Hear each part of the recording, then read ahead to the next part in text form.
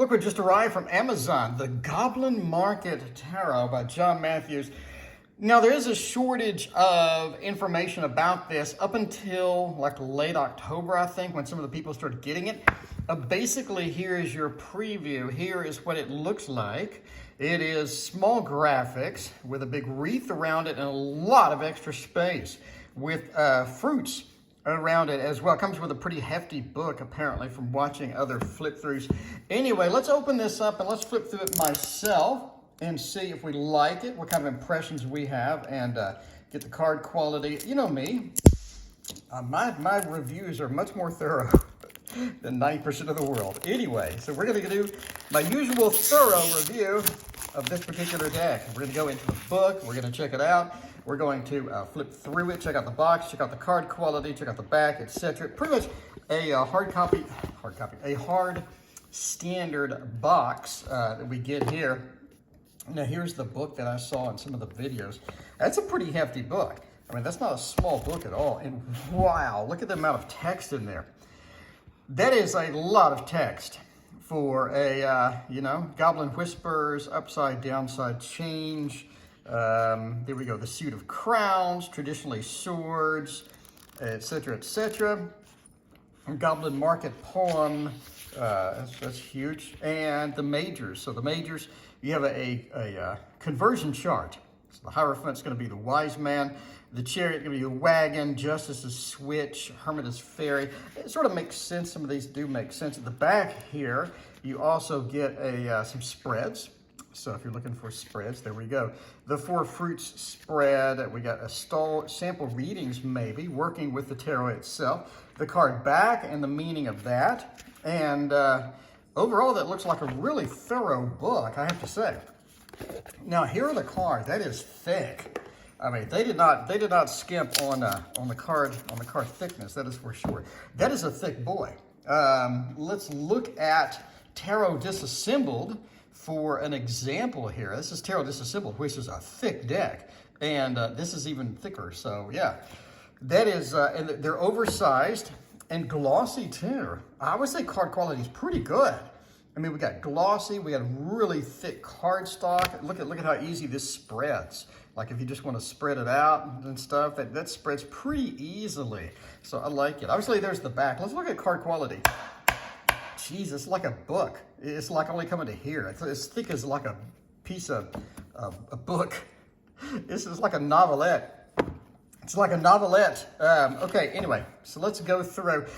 I am kind of interested to see if these have significance. We can get the Fairy Wanderer out here and say, let's see, probably in the book somewhere, post if you know anything like that. Man, that's a ton of text for that.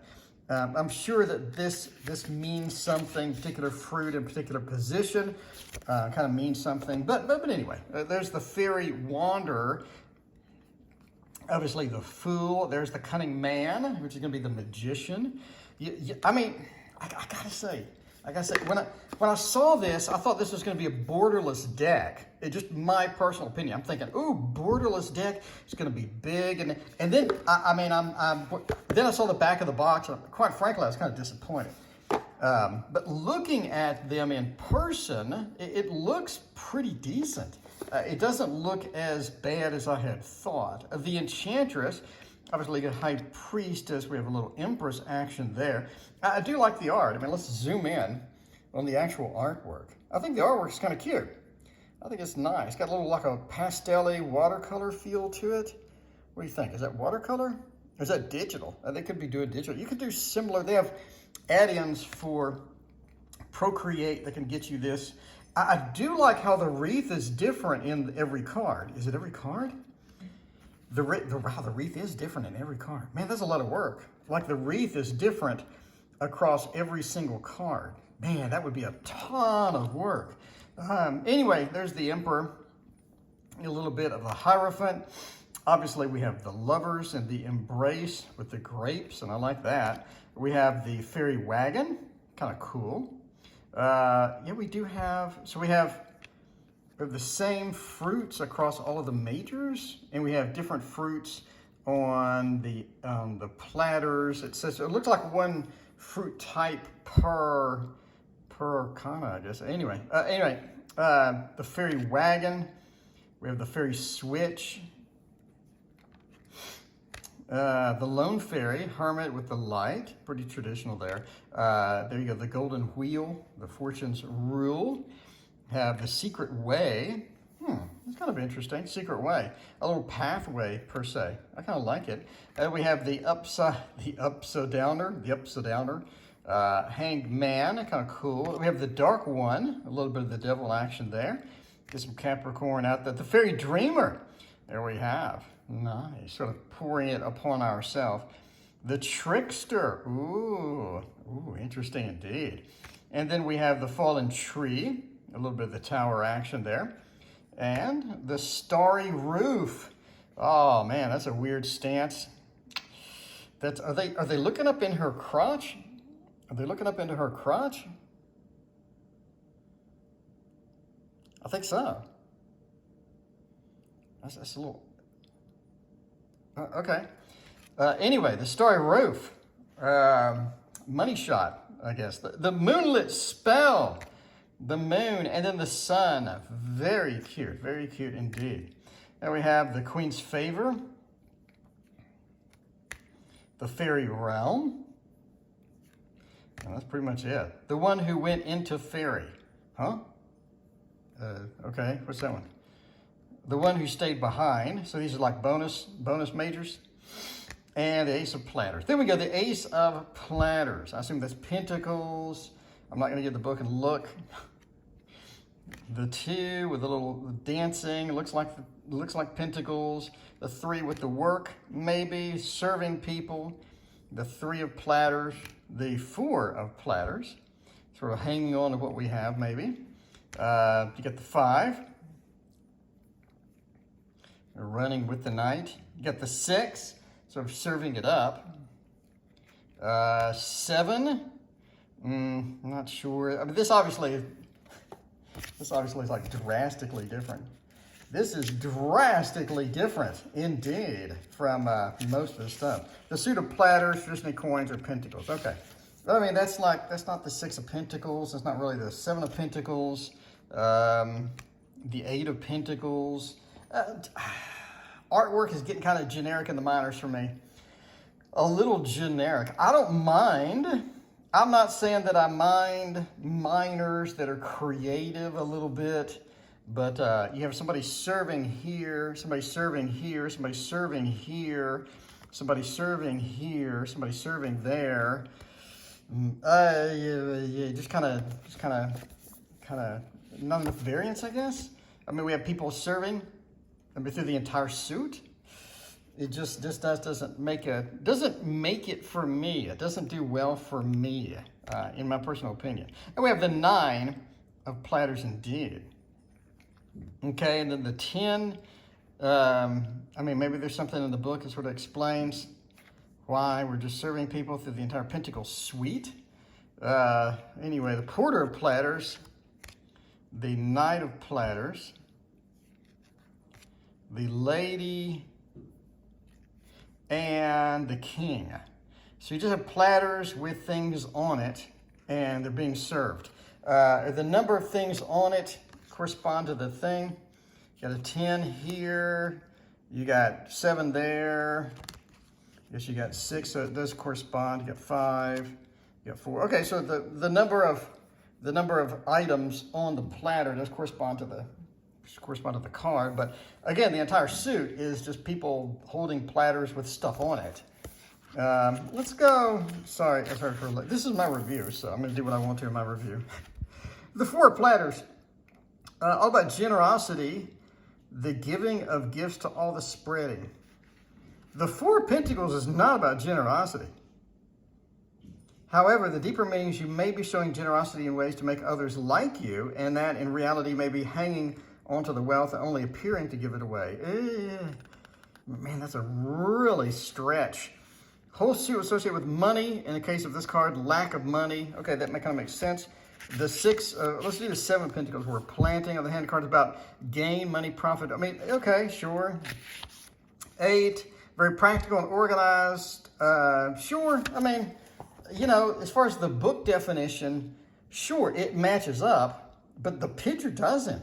The picture doesn't. Like I look at, you know, like they're talking about generosity and stuff like that in the 4.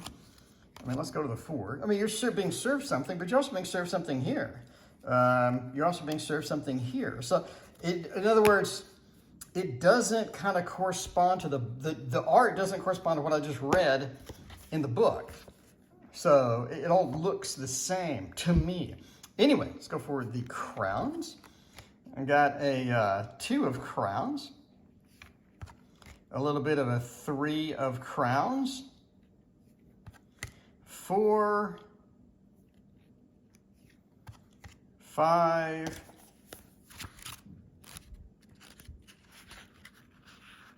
4 of crowns, Ace of crowns. Okay, so crowns, swords. 4 of swords, resting, planning. 5 of swords, a lord of defeat. There's nobody really defeated here. The 6 of swords with the travel. 7 of swords with the escape, I guess. 8 of swords with the restrictions. Not really. I mean, it seems like we just sort of made an 8 with their body and have somebody supporting it rather than have the actual meaning of that. So if we go into here and we say, okay, we got crowns. Let's go for the 8 of crowns, which is, you know, traditionally sort of restrictions and whatnot. Let's go to the 6, 7, 8. 8 card, a crown carrying goblin, basically leaping in the air to prevent being caught and held by the goblin below it. Such is all about avoiding anything that prevents you from moving forward. Okay. Anyway, 9 of crowns. 10. What the hell? The 10 of swords is this? Being led somewhere? Being guided somewhere? Okay, porter. We have a knight. Lady. And lord. Okay, I can't get into that at all. I can't get into the sword suit at all. It doesn't look as generic as the platters, but the crowns looks really sort of redefined meanings. Ace of cups. Now we finally have a standard 2 of cups. There's nobody else in the 2 of cups. Okay, let's see what's going on and why is there not one other person in the 2 of cups? Let's find out. Let's go look up the 2 of cups. The suit of cups is cups, duh. 2 of cups. The meaning of this card is simple. It's all about love, harmony, closeness, attraction, partnership. There's only one dude. Love, harmony, attraction, and partnership. He's in a hurry to offer the cups to plenty that carries to those who deserve them. Huh? Okay, why can't we put 2 people in here? It's a 2 of cups, for God's sakes. Come on, it's a love card. A 3 of cups. Now we have 3 people. With the celebration, holding 1 cup united. That's kind of cool. 4 of cups, not having something we don't want anymore or don't want more of. Okay. 5 of cups, a little bit of sorrow. Indeed, that's pretty much on target. 6 of cups, not another person here either. Okay. Are they in a hurry to offer something else up? Is this another one where they're like, I'm offering something else up? You know? 4, 1, okay, we're in wands. Let's go to the 6 of cups. Depicted adult looking back to childhood about nostalgia. Huh?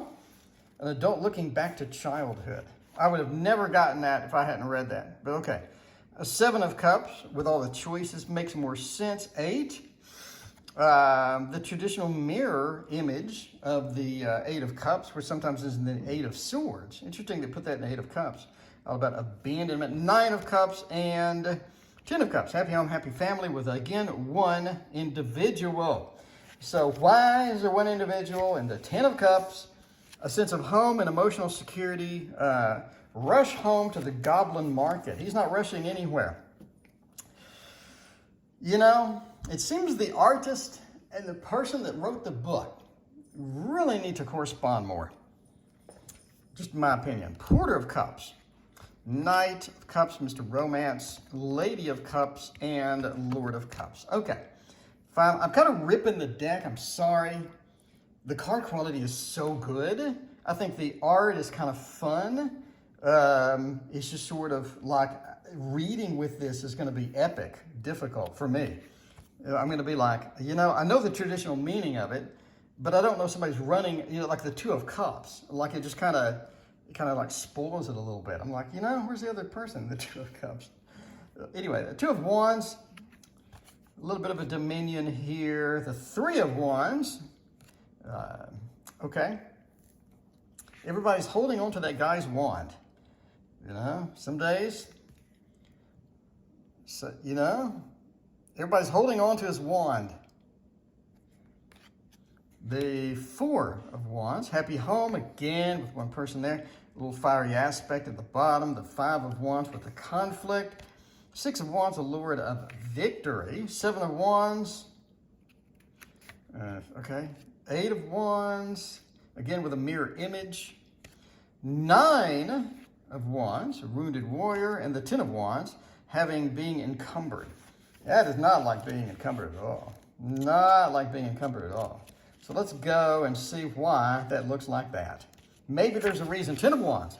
The serious look on his face as the face of Goblin reminds us that there's a doubled edge to the Ten of Wands card. It refers to carrying of burdens. Okay. On the downside, this card is heavy in warnings, potential plots against you. That doesn't look like potential plots against you, nor does it look like burdens. It looks like a dude holding a wand, staring my direction. I mean, really sort of need to correspond with the artist a little bit better on these. Porter of Wands, Knight of Wands, Lady of Wands, and the Lord of Wands. Okay. What do you think? Let me know what you think. I think it's pretty clear that I'm not pleased with the art. I mean, some of the book definitions are okay. I mean, they're on point. They're okay. But the art is really kind of lacking here as far as getting across what they wanted to get across with artwork versus the book. It feels like I would constantly have to go back to the book. As a beginner deck, this seems like a nightmare to me. Anyway, let me know what you think about the Goblin Market Tarot. Thank you for watching, and we'll see you next time.